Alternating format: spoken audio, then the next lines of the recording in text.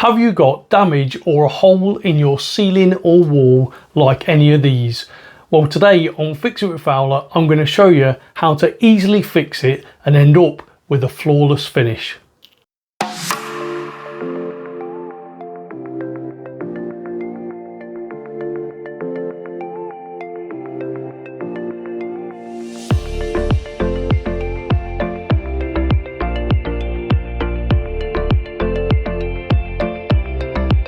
This repair method is the same whether the hole is small like this or larger. So the first thing you need to do is measure the size of the damage or the hole. So this is 80mm, and what I've actually done is cut some plasterboard square at 90mm.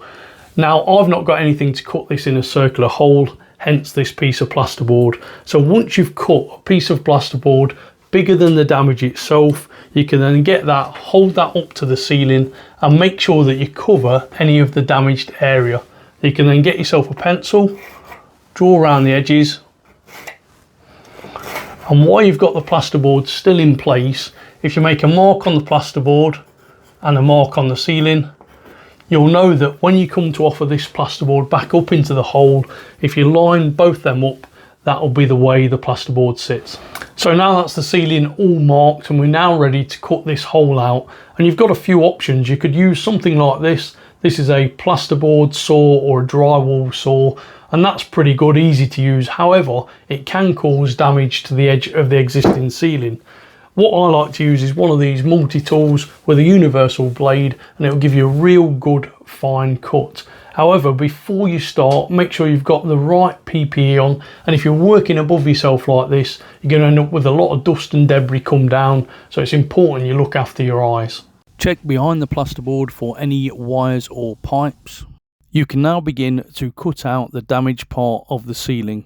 It doesn't matter if you go out of these marks slightly, because eventually they will be filled.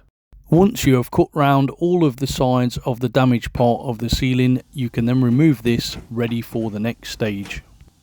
Now you can check the plasterboard you've cut fits into the hole, and as you can see, that is a really good tight finish. And now we can look at fixing this into position. What you're going to need is some offcuts of timber, some battens, and we're going to put them behind this hole.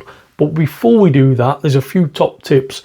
The first thing I'd recommend is making a mark halfway along this timber. You can then offer that up to the hole itself, and then if you make a mark each end, you know that way when you come to put the screws into this plasterboard, you'll have nice strong fixings. The other thing that I always do before I put this into the ceiling is put a screw into the center, and the reason I do that is once you've pushed that up into position, you can then pull down on that, which will put pressure on the ceiling. That way when you put the screws into here, it won't just push the wood upwards. As this hole is quite small, I install one batten into the ceiling and then install the next one. That allows me to move them into position before I screw them in place. Using the screw in the batten behind the ceiling, I then pull down while screwing that batten into place. I can now repeat this process for the remaining screws to give a nice strong fixing. Now you've got your battens in place, you can then get yourself your plasterboard to put into place. I've started the first screw off just to make it easier. You can put that into the hole like so, and then screw that into position.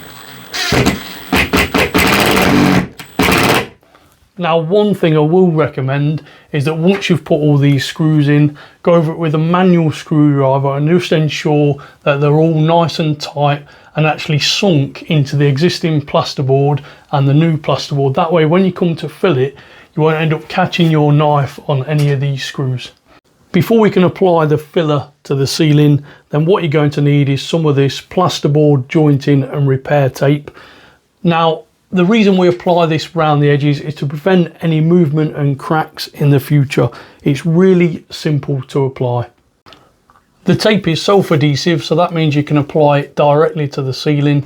You just put that into place, lightly rub that into position to allow it to stick.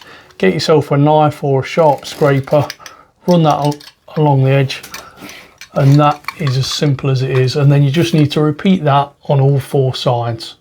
onto the final stage, and that is to fill this hole. Now I'm going to be using this 2-pret quick fill filler. I've used this in the past and it's really good. You can fill to any depth, it's workable, and you can paint it within 2 hours. Now to apply it is really simple. I'm using a small filling knife. Just give it a bit of mix up before you start to use it, and then you can just apply it and make sure you cover all of this hole.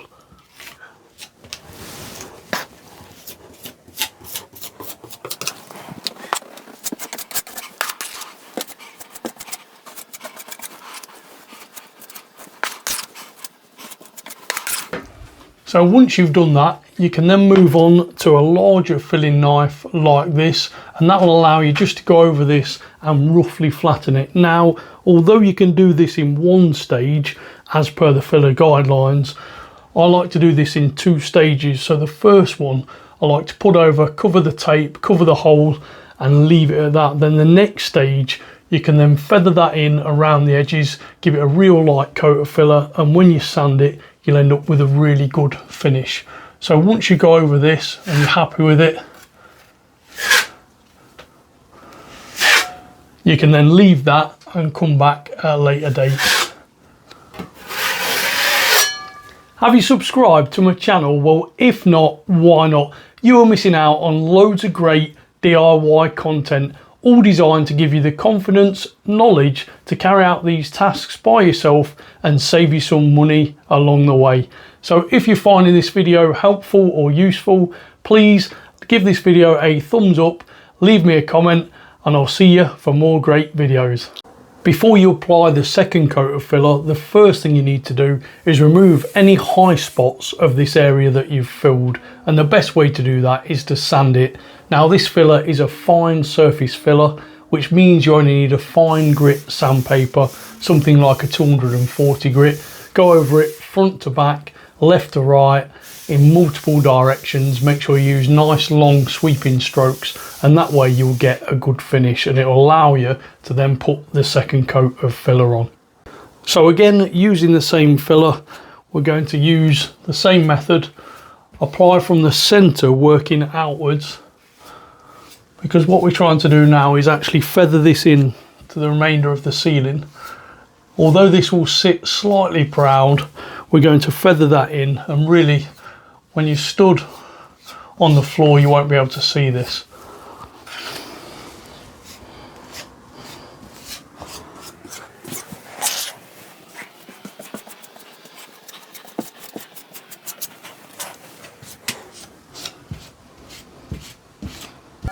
So now you've applied that to the ceiling, you can then use your large filling knife like this, or if you've got something like this, a taping and jointing knife, that will make this process even easier. So again, starting from the inside, working away, you can then begin to smooth this out. Another top tip, if you're struggling with this, you can use some water, get this a little bit moist, and then it won't drag this filler across the ceiling, which means that when you come to sand, it'll be even easier.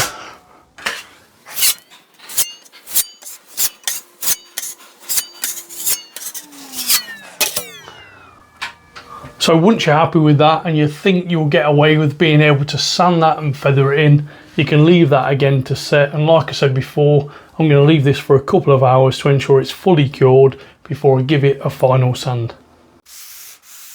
Using the same process as before, I begin to sand left to right, front to back, using large sweeping motions. I then pay particular attention to the edges and feather them into the existing ceiling. That's the ceiling, had the final sand, and I've also given this area a coat of white emulsion, and that has made this repair invisible. So hopefully you like that video, and if you do, give the video a thumbs up, click the like button, and don't forget to click that subscribe and leave me a comment and help this video reach loads of other people. And I'll see you soon for the next DIY video.